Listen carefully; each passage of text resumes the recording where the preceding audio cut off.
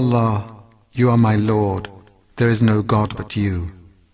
You created me and I am your servant, and I will keep my covenant and promise to you as much as I can. The Prophet ﷺ, never in his life did he ever lift his hand to hit any human being, ever.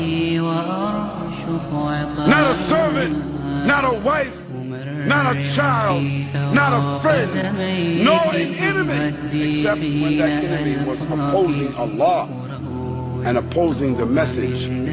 Then the Prophet ﷺ turned into a tiger, into a lion, and he executed the order of Allah subhanahu wa ta'ala in defending this faith. And he transformed from someone that the companions and the people said, Muhammad sallallahu alayhi wa sallam, he was as gentle, he was as shy as a virgin on her wedding night, hiding behind a curtain. He was that kind of man. He was that pious. He was that shy.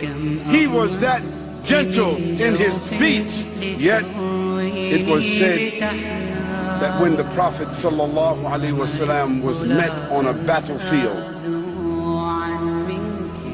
he was ferocious in defending Allah subhanahu wa ta'ala. And when the companions of the Prophet ﷺ used to look for him on the battlefield, they said, Wallahi, we found him in the middle of the enemies, fighting. And they said, we used to seek the protection of his person. We used to hide behind the Prophet ﷺ on the battlefield. He was such a warrior and statesman on the battlefield, commanding and fighting for the way of Allah subhanahu wa ta'ala. But once he was off the battlefield, his eyes were downcast, and he was speaking softly, and he was gentle, and he was warm, and he was sacred and soft and caring and crying, because Allah subhanahu wa ta'ala mentioned, وَمَا أَرْسَلْنَاكَ إِلَّا رَحْمَةً لِلْعَالَمِينَ.